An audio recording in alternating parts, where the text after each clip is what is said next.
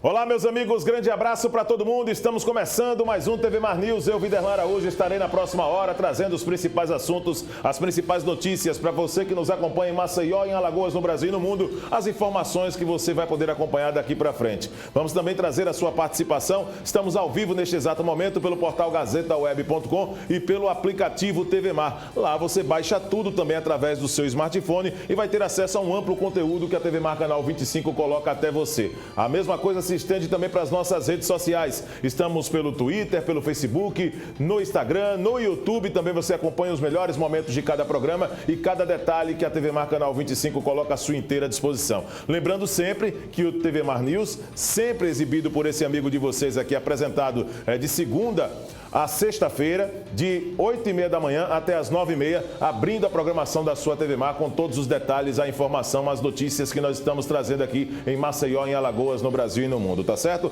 Lembrando também que nós vamos trazer no programa de hoje as entrevistas de estúdio. Vamos trazer muitas participações, além das reportagens e a participação ao vivo do repórter Fernando Palmeira, pelas ruas da capital alagoana, trazendo muita informação. Lembrando que hoje, 13 de janeiro, segunda-feira de 2020, né? 13 de janeiro de 2020, estamos aqui iniciando mais uma semana cheia na programação da sua TV Mar. O Apvida, parceiro do TV Mar News, como você já sabe, é a Saúde e Odontologia, 3215-2523. Você já sabe, mais de 40 anos de tradição no Norte e Nordeste e incentiva a prática de esportes. 8 da manhã, 35 minutos em Maceió. Não esquece, hein? Pensou em saúde, pensa sempre em Apvida, Saúde e Odontologia. A Gazeta Digital também está em destaque na manhã desta segunda-feira. Você que é assinante já sabe, pelas plataformas você pode acompanhar. Se não acompanhou ainda, tá certo? Faça a sua assinatura. 85 anos de tradição, com muitas notícias, credibilidade e prestação de serviço. Olha aí na tela então os destaques da Gazeta Digital. Escândalo na saúde completa um mês e Ministério Público Federal prepara ações na Justiça. Todos os detalhes você acompanha aqui na matéria de capa da Gazeta Digital. Falta de infraestrutura afeta turismo na região norte de Alagoas. Isso já é um problema. O próprio Arnaldo Ferreira já fez uma matéria quando citou as questões na construção do aeroporto de Maragogi, que ainda não começou, desse problema de infraestrutura nessa região. Principalmente, né, nós estamos falando aqui da região de Maragogi, mas esta situação que nós estamos destacando aqui para o nosso telespectador também afeta outras áreas da infraestrutura daquela cidade, que tem hotéis com uma boa consolidação, hotéis que fazem trabalho principalmente para oferecer aos turistas um maior conforto, a maior comodidade, mas mesmo assim, a falta de infraestrutura, necessariamente de Maragogi, mas se vou partir para Japaratinga, para o povoado São Bento, que são regiões maravilhosas nas questões de beleza, de envolvimento com a natureza, mas precisa melhorar esses aspectos. E isso está sendo destacado aqui também, né? Esquecido pelo governo. É o que coloca como destaque na Gazeta Digital: falta de infraestrutura afeta turismo na região norte de Alagoas. Justiça arquiva quase 20 mil processos criminais no estado, a maioria por falta de culpados. Detalhes também na Gazeta Digital e outras informações que você vai poder acompanhar. Só basta assinar, né? 85 anos de tradição, você já sabe, credibilidade em todos os serviços. Eu vou às ruas da capital alagoana, quero trazer o repórter Fernando Palmeira. Fernando está comigo aí, inclusive com o repórter Chico Nogueira, para trazer todas as informações. É com os dois, vamos lá. Fernando Palmeira, você.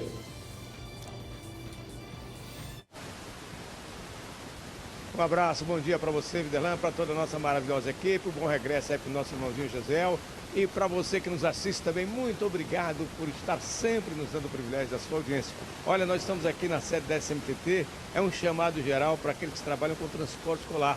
A vistoria obrigatória, em breve as escolas estão aí, com os alunos voltando às aulas e o trabalho importante desses transportadores escolares. Jacques Veira está aqui conosco, é presidente inclusive da cooperativa, é Coopel Trans, Cooperativa Transportadora Escolar do Estado de Alagoas. O que é que representa esse chamado da SMTT e a responsabilidade de vocês estar com tudo em dia aí, com que essa vistoria também seja aprovada? Muito importante essa chamada da SMTT e também de uma grande valia para todos os transportadores escolares, pois o necessário é que nós andamos sempre com todos os materiais, todo instrumento de trabalho correto, né? Beleza, um abraço, bom trabalho para vocês aí. Obrigado também, bom dia. Boa vistoria. O Sandro está aqui conosco, Sandro Feitosa, assessor técnico de fiscalização e vistoria da SMTT. A obrigatoriedade existe e já começam a chegar os transportadores para essa obrigatoriedade da vistoria. Exatamente, né? Até o dia 31 desse mês, as agências escolares têm essa obrigação de renovar a sua permissão para que eles possam estar realmente correto em razão de fazer esse tipo de serviço transportar vidas. Então, cerca de 130 condutores que são esperados aqui para a vistoria em si. O que é exigido, o que é que vocês mais observam? Olha lá, o pessoal da SMTT, os agentes já estão ali para fazer essa vistoria. O que é que vai ser objetivo da fiscalização? Nós observamos 3 campos, que é a segurança, a higienização e a aparência do veículo. Aí nós vimos extintor, pneu, cinto de segurança, as condições do banco, tacógrafo. Nós observamos equipamentos obrigatórios como a câmara de ré para o transporte escolar, sensor de ré. E aí vamos também a questão da plotagem do veículo, né? Se ela está tudo ok, a pintura, se ela está realmente sem avaria nenhuma. Então é algo que é cobrado tanto pelo CTB como pelo regulamento de transporte do município. Aquela faixa amarela com o nome escolar é obrigatória? É obrigatório, ela tem que ser faixa amarela com a inscrição na cor preta. Documentação e taxa para essa vistoria? Pronto, a documentação e taxa, o condutor ele tem 2 alternativas. Ou vir buscar aqui na SMTT, na sede, no atendimento, ou pelo site da SMTT. Né? Lá ele vai na área de trânsito e pode imprimir lá a taxa de pagamento. Agora a mensagem para esses que ainda não estão aqui, que ainda não se lembraram de que essa vistoria é obrigatória, fica à vontade para lembrá-los e para falar também para os pais, os responsáveis por essas crianças, esses jovens que são transportados, que também passem a ser fiscalizadores da qualidade e da segurança. Né? Exatamente. Nós queremos pedir que os condutores proprietários de transporte escolar façam essa vistoria para que realmente estejam ok, legalizados, já que realmente transportam vidas, crianças, e que os pais possam fazer também essa fiscalização. De que forma? Verificando se o veículo está com selo no para-brisa de vistoriado correspondente ao ano e se realmente o veículo também está com porte, que o veículo recebe um porte mostrando que o veículo está vistoriado e está com a validade do seu porte de 1 ano. Isso aí os pais podem exigir do condutor, do proprietário escolar, para que assim possa contratar esse serviço. Essa vistoria tem início agora, mas qual o prazo fatal obrigatório que esse pessoal deve vir aqui à SMTT no tabuleiro? Até o dia 31 desse mês é a validade para fazer essa vistoria de todas as permissões correspondentes ao 1º semestre. Se alguém, porventura, esquecer, pode, após essa data, vir fazer a vistoria, mas o risco é que, se estiver realizando o serviço e for pego pela fiscalização, vai sofrer punições. Transporte escolar é uma realidade, uma necessidade de todos e a segurança, acima de tudo, preocupação maior da Superintendência Municipal de Transporte e Trânsito. Essa vistoria, o transporte escolar é obrigatório e você, que é transportador, sabe muito bem da necessidade de passar por esse crivo oficial da municipalidade. Está aí, portanto, o pessoal trabalhando para trazer segurança, tranquilidade, estar tudo regularizado, mesmo porque se não tiver, a própria fiscalização da SMTT vai recolher. Aqui da sede da Superintendência Municipal de Transporte e Trânsito, SMTT, com as imagens de Chico Nogueira, Fernando Palmeira, para a TV Mar News. Viderlan Araújo, a gente segue com você, companheiro. Obrigado, Fernando Palmeira, pela sua participação. É muito importante isso, porque estamos falando de cuidado, né, com as vidas, né, que esses motoristas eles transportam. Não é só ter apenas um veículo novo, um veículo adequado, mas sem passar por essa vistoria. Muita gente pode pensar que esse tipo de ação, que essa vistoria que nós estamos acompanhando nessas imagens do Chico Nogueira, elas são apenas um mecanismo de renda que a SMTT tem para poder movimentar as suas receitas, para poder continuar cobrindo as suas receitas. Mas eu vejo por outro lado, vejo como um aspecto de fundamental importância para que um serviço adequado seja oferecido. É preciso lembrar que quando você paga para um motorista realizar esse tipo de transporte, você está mandando ele levar e buscar seus filhos, são vidas que precisam ser realmente colocadas em uma perspectiva de segurança. E é isso que nós, pelo menos assim, levantamos. Eu procuro enxergar dessa forma e vejo como de fundamental importância, assim, o trabalho da SMTT em vistoriar esses veículos. E aquele que não andar em conformidade, aquele que não andar numa regularidade pelo que é estabelecido pela lei municipal, aí vai responder aquilo que também está lá dentro do processo, para que essa situação possa ser definida dentro de uma legalidade e que todos possam resolver os seus problemas. Andar em regularidade, em conformidade com o que está estabelecido com a lei municipal. Olha, e por falar em lei, nós vamos nesse momento do programa falar também de outro tema que é de fundamental importância e às vezes até de pouco conhecimento dos telespectadores. Eu gosto de trazer temas aqui no programa e quando a produção acerta em cheio nestas escolhas, porque são temas que rendem muito assunto. Muitas vezes nós desconhecemos os nossos direitos e deveres, seja como pessoas normais, né, dentro de uma área, um momento de lazer, ou até mesmo como autoridades. Eu tenho o prazer de falar agora aqui no programa com o advogado Marcelo Medeiros, ele que é advogado criminalista, vai trazer em destaque aqui na participação dele ao vivo a lei de abuso de autoridade que entrou em vigor no dia 3 de janeiro do ano passado, foi sancionada no início de setembro, que é a lei 13.869, e após 2 anos de debate no Congresso Nacional, ela enfim está sendo colocada. E qual é o motivo da presença, o porquê do Marcelo estar aqui? Porque ele vai colocar justamente esses detalhes da nova lei que criminaliza a violação das prerrogativas, até mesmo do advogado. Nós vamos falar a respeito desse assunto. Marcelo, muito obrigado, inclusive, pela visita. Gostaria que você falasse inicialmente quais as mudanças e os benefícios que a lei de abuso de autoridade está sendo implantada desde o ano passado, já colocada em prática, sancionada, pode colocar para a sociedade de uma maneira geral. Bom dia. Bom dia a todos os telespectadores. A lei de abuso de autoridade, ela trouxe um avanço significativo nos dias atuais, né? Primeiro que nós tínhamos uma lei de abuso de autoridade muito ultrapassada, que data de 1965, né? A lei foi criada, ou seja, após período ditatorial, portanto, uma lei muito protetiva para o Estado, muito protetiva para o agente público. Em contrapartida, como consequência, uma lei que não conseguia abarcar todas as possibilidades possíveis de excesso ou abuso praticados por agentes públicos, né? Certo. E em contrapartida, nós temos uma lei nova, que entrou em vigor agora no ano de 2020, né? Que consegue abarcar de forma mais atual, de forma mais recente, né? Diversas condutas que é considerada crime hoje que anteriormente não era. Certo. Existe, inclusive, hoje, crimes punidos com detenção de 6 a 2 anos. E aqui nós temos algumas dessas identificações. Não se identificar como policial durante uma captura ou interrogatório, interrogar à noite e outros aspectos, né, Marcelo, que nós precisamos colocar aqui.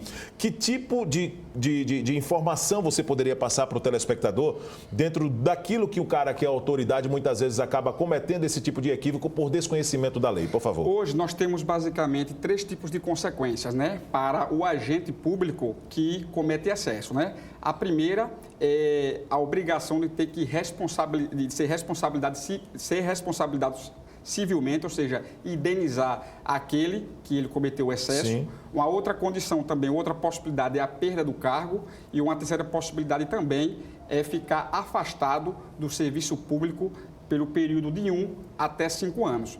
E vale ressaltar também que a lei de abuso de autoridade, ela se aplica para as 3 esferas, Poder Legislativo, Poder Executivo, Poder Judiciário, para Serviço Militar, para União, Estados e Municípios, e ela se aplica também para agente público de qualquer natureza, ou seja, servidor público concursado, aquele que é portador, por exemplo, de cargos eletivos, ou seja, políticos, e até aqueles agentes públicos temporariamente e exercendo a sua função mesmo sem remuneração, também estará sujeito à lei de abuso de autoridade. Ou seja, suponha-se que o mesário naquele momento ele está exercendo sua função de forma transitória, ou seja, temporária, sem remuneração. Naquele momento ele é um agente público e, consequentemente, ele está sujeito à lei de abuso de autoridade. Agora, nós estamos conversando aqui, para quem está ligando a TV agora, com o advogado Marcelo Medeiros, ele que é advogado criminalista, explicando, né, trazendo detalhes sobre a lei de abuso de autoridade, que já entrou em vigor, já inclusive sendo colocada em prática, e entre também as diretrizes que é de direito, principalmente quando se fala da área criminalista mesmo, que é a área que você atua, é preciso colocar para o nosso telespectador que entre os direitos também está o direito do réu ser, inclusive, acolhido, né? Ter que exigia a presença do seu advogado. Impedir isso também acaba sendo um crime, pode ser enquadrado? Caracteriza crime. A lei hoje traz como um crime diversas condutas, né? Um exemplo muito comum que deu na mídia foi a situação do Lula, condução coercitiva, né? O Código de Processo Penal, ele traz de forma clara quais as situações que se aplica medida coercitiva. Então, a autoridade policial intimou uma testemunha, um investigado para comparecer. Se ele não comparece, a autoridade policial pode utilizar a condução coercitiva, certo, diferentemente do que foi feito anteriormente. A condução coercitiva ela foi utilizada como técnica ou prática de investigação, o que não pode. Um outro exemplo também, que hoje é considerado crime, é você, no caso do investigado, expressar que ele quer ser acompanhado por defensor ou advogado. A autoridade policial, caso insista no interrogatório, ela também cometerá crime de abuso de autoridade. Entendi. O fato de um agente público efetuar a captura ou prisão de alguém que se encontra em flagrante delito ou apenas um mandado de prisão sem se identificar, também caracteriza crime de abuso de autoridade. Entendi. A invasão domiciliar, você invadiu uma residência sem autorização, sem uma ordem judicial, por exemplo, também caracteriza crime de abuso de autoridade. Nos casos de cumprimento de mandado de prisão, mandado de busca e apreensão. Vamos supor que a autoridade judiciária, um juiz de direito, determina uma busca e apreensão na residência de um investigado. No momento que o agente público cumpre aquele mandado de busca e apreensão, ele está exercendo uma função pública nos limites da lei. Mas a lei diz que aquele mandado de apreensão, aquele mandado de busca e apreensão, não pode ser realizado do período compreendido entre as 21 horas e 5 da manhã. Por exemplo, se o agente público cumpre um mandado de prisão ou mandado de busca e apreensão nesses horários, ele também estará sujeito ao crime de abuso de autoridade. Um exemplo muito comum também que acontece, que nunca foi numa repartição pública, e isso aqui é de grande interesse da sociedade, porque acredito que todos nós somos vítimas. Você vai para uma repartição pública e aquele agente público fica criando dificuldades desnecessárias, ou seja, burocracia. Você vai, naquele dia, o agente público diz, olha, você precisa do documento A, B e C. Você providencia o documento. Você vai no outro dia, aí o agente público cria outras exigências que não estão previstas em lei. Isso também caracteriza crime de abuso de autoridade. Porque quando a gente fala em autoridade, quem é autoridade? A autoridade é todo agente público que esteja no exercício da sua função pública. A autoridade não é um militar. A autoridade não é somente o juiz, não é o promotor. Qualquer agente público, seja ele servidor, empregado público, exercendo a função remunerada ou não, voluntária ou não, naquele momento ele é autoridade para efeitos penais. Se eu, por exemplo, cometo um desacato, essas pessoas também poderão buscar a responsabilização pelo desacato, da mesma forma que elas também estarão sujeitas a responder criminalmente na hipótese de ela cometer um excesso, um abuso, ou comumente, como é conhecido, um abuso de autoridade. Existe, inclusive, hoje pena, né, até maior do que essa que você colocou a respeito de alguns crimes que são passíveis de detenção, né? De 1 a 4 anos, por exemplo, aqui, decretar prisão fora das hipóteses legais, não relaxar a prisão ilegal, não substituir prisão preventiva por outras medidas cautelares, quando couber, decretar prisão coercitiva sem intimação prévia, divulgar imagens de preso à imprensa. Perfeito. Esse é um ponto importante, né? Esse ponto da divulgação de imagem de presos, tem muitos jornalistas que estão preocupados, né? Achando que a imprensa vai ser censurada, quando, na verdade, a lei não visa censurar a imprensa. A lei ela foi criada para o agente público. Ou seja, no momento da captura, um policial está cumprindo uma prisão. A imprensa ela pode livremente, se ela conseguir, capturar imagem, vídeo, certo? O que caracteriza crime é o quê? É o agente público pegar, por exemplo, como fazia o rosto do indivíduo, ou seja, obrigar, compeli-lo a ele exibir a sua imagem, ou seja, com a finalidade de explorar a sua imagem. Então, o agente público ele não pode jamais obrigar, hoje, o investigado ou preso a explorar a sua imagem. Se o investigado esconde o seu rosto, a autoridade policial ela tem a obrigação de respeitar. Então, a lei não visa censurar a imprensa. A imprensa continuará tendo o seu direito de informação e de divulgar as imagens, por exemplo, que ela capturar numa transferência de preso, no momento que ele está sendo levado para uma delegacia. A lei ela é direcionada para o agente público, tão somente. O sistema carcerário no Brasil, ele requer muitos cuidados.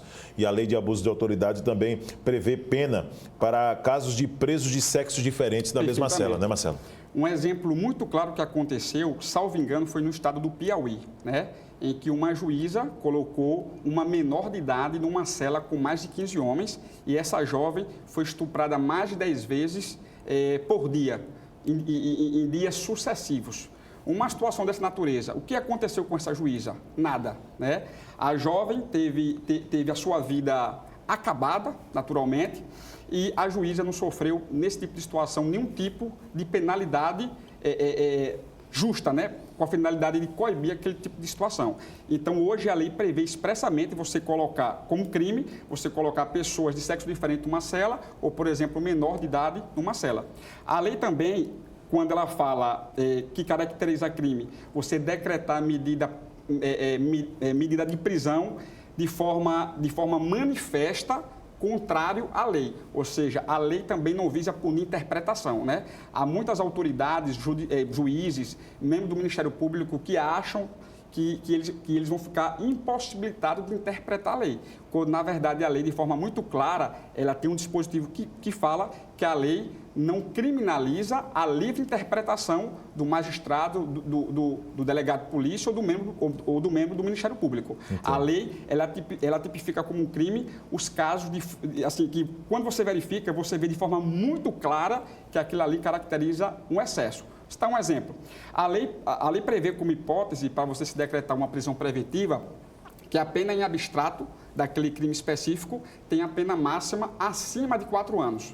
Então, você vê, por exemplo, às vezes uma pessoa que está respondendo um crime de menor potencial ofensivo ou uma contravenção penal, uma autoridade judiciária decretar uma prisão preventiva contra aquele investigado. Isso é uma situação que, de forma muito clara, é um excesso. Então, a lei, qualquer tipo de situação que gere dúvidas de interpretação ou que cada autoridade tem um direito de, por exemplo, interpretar da forma que bem entender, a lei, de forma muito clara, não visa coibir. Obter provas por meio ilícito, como classificar que esse colhimento de provas ela acabou sendo feito, consumado por meio ilícito? De que forma? Tem como citar exemplos, Marcelo? Sim, claro. Por exemplo, você fazer uma interceptação telefônica sem autorização judicial. Teve um caso, por exemplo, na Operação Lava Jato, em que a Justiça determinou a interceptação telefônica por um período de 15 dias. Né? E o Ministério Público, a Polícia Federal, captou provas ultrapassando o período do tempo que a decisão judicial determinou. Naquela época, isso era uma mera irregularidade administrativa. Ou seja, se o agente público ele captou uma prova ilícita, qual era a consequência? O desentranhamento daquela prova dos autos, uma vez que era uma prova ilícita. Hoje, a lei tipifica como crime você utilizar provas caracterizada prova ilícita, prova ilegal. Esse é um exemplo também. Como, por exemplo, você invadir a residência de alguém sem autorização judicial e quando você entra, suponha-se que você encontrou droga com uma pessoa na residência, na posse. Se você não tem um mandado judicial para entrar naquela residência e se não havia fundada suspeita para você invadir aquela residência sem autorização judicial, aquela prova, em que pese o agente está cometendo um crime, aquela prova é considerada ilícita e, consequentemente, não vai ter o condão de responsabilizar criminalmente aquele flagranteado. Alguns dos aspectos que a lei de abuso de autoridade já coloca, inclusive desde o ano passado, em vigor, né, à disposição da sociedade de uma maneira geral, independente de classe social. Quero agradecer, inclusive, a participação do advogado Marcelo Medeiros, que trouxe detalhes do que é essa lei de abuso de autoridade e quais as mudanças, né? Fazia tempo que essa lei ainda estava bem defasada. Claro, claro. Tava, né? A lei traz 45 condutas consideradas criminosas. E o que vai diferenciar a sua aplicabilidade até porque a gente tem uma cultura no Brasil de leis que pegam e que não pegam, né? Sim. O que vai diferenciar é exatamente isso, a sociedade ter conhecimento dos seus direitos e buscar aplicar, buscar efetivar. Isso aí mesmo. A participação do Marcelo Medeiros aqui conosco, depois de todas essas explicações do que está estabelecido em lei, né? A lei de abuso de autoridade. Você vai poder, inclusive, acompanhar a reprise dessa entrevista no nosso canal no YouTube no decorrer do dia. Nós vamos agora a um rápido intervalo. Na volta, nós vamos ter a participação de Fernando Palmeira ao vivo e outras informações, mais entrevistas no estúdio, neste TV Mar News desta segunda-feira. Voltamos já.